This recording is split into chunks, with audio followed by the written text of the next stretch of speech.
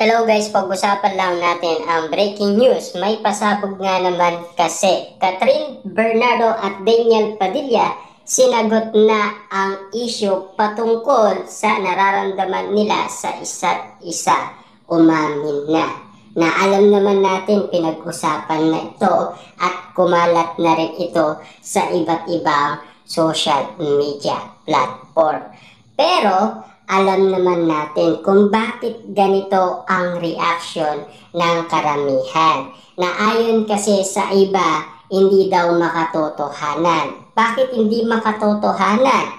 Si Catherine at Daniel Padilla na mismo ang nagpaparamdam sa isa't isa. Meron pa bang iba? Na alam naman natin kasi ang pinang-aawakan ng karamihan, yung nakikita nila na ginagawa at kinikilos ni Daniel Padilla at Catherine Bernardo.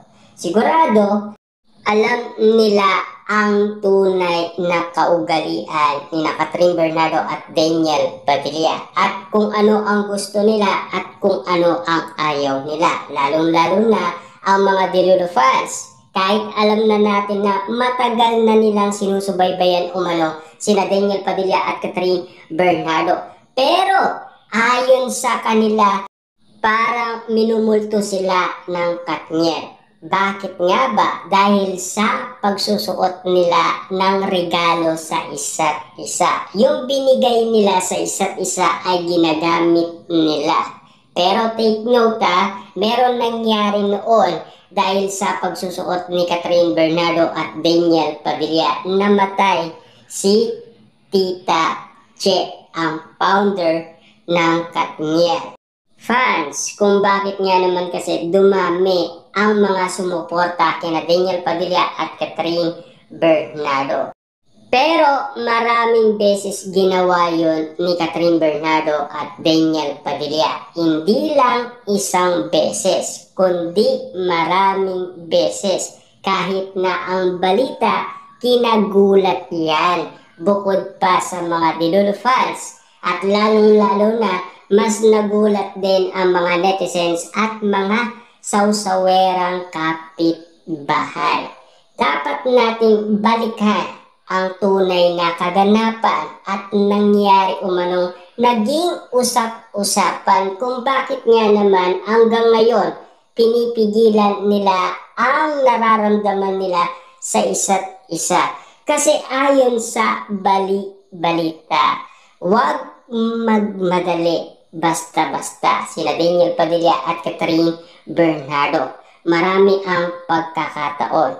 Kasi ang basihan nila sa cut din. Almost 5 years nga naman kasi ang tinagal bago nakagawa ng panibagong movie. Kita nyo naman, 11 days, 1.6 billion kaagad ang earnings ng nasabing movie na Hello, Love Again. Yun ay payo lamang ng balita.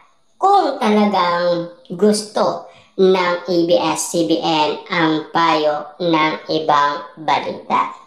Kasi alam naman natin, no, may pasabog din naman kasi ang ABS-CBN sa throwback movie at teleserye ni Daniel Padilla at Catherine Bernardo. Na alam naman natin baka sakali kumukuha nga naman sila ng idea kung gusto pa ba ng maraming tao na ibalik sina Daniel Padilla at Catherine Bernardo. Yan kasi ang idea ng karamihan. Lalong-lalo na kasi yan din ang tinitignan ng ibang tao. Yan kasi ang mga reaction nila na baka merong pagbabagong mangyayari. Kaya nga naman kasi pinag-uusapan ngayon na pinabago daw ang kontrata ni Catherine Bernardo. Dahil ba kay Daniel Padilla? Kasi last 2024, pinag-usapan ang kontrata ni Catherine Bernardo sa Star Magic na ayaw umano ni Catherine Bernardo makasama kahit na anong project ang ex-boyfriend niyang si Daniel Padilla. At pumayag naman ang Star Magic. At lalong-lalo na sa pagkakataon nagkaayos na sila at naging okay na sila, pinag-uusapan naman ngayon ang kontrata ng Katniel. Kung katotohanan nga ba kasi ang lahat ng isyong ito na kumakalat ngayon at naririnig natin na pinag-uusapan ngayon na patindi ng patindi ang issue at intriga. Buti na lang tayo ay naniniwala tayo dahil sa mga kinikilos ni Daniel at Catherine Bernardo. Lalong-lalo na kasi sa mga nararamdaman nila, lalong-lalo na kasi with feelings pa. Kahit kitang-kita natin na malungkot tignan, pero kinikilig naman kasi ang karamihan kapag sila ay umaamin umano sa isa't isa. Na alam naman natin, no, si Catherine Bernardo, in love pa rin yan kay Daniel Padilla. Posibleng mawala yun. Hindi mawawala yun kay Catherine Bernardo. Bakit? Kasi nanonood nga naman siya ng incognito ni Daniel Padilla at lalong-lalo na nag-promote ng 2 beses si Catherine Bernardo ng incognito ni Daniel Padilla sa Pilipinas Got Talent Season 7. Papaano nga naman kasi merong mga kalukalike si Daniel Padilla sa kanyang gupit at lalo-lalo na kakaiba man ang mga talent ng ibang tao pero pinaparamdam pa rin nila ang dating nangyari na sa Katniel. Kaya nga naman kasi si Catherine Bernardo ay parang bumabalik nga naman kasi ang kanyang nararamdaman kay Daniel Padilla. Kasi ang mga tao na sila na mismo ang pumipilit umano kay Catherine Bernardo para magkabalikan sila ni Daniel Padilla. Kita niyo naman, no?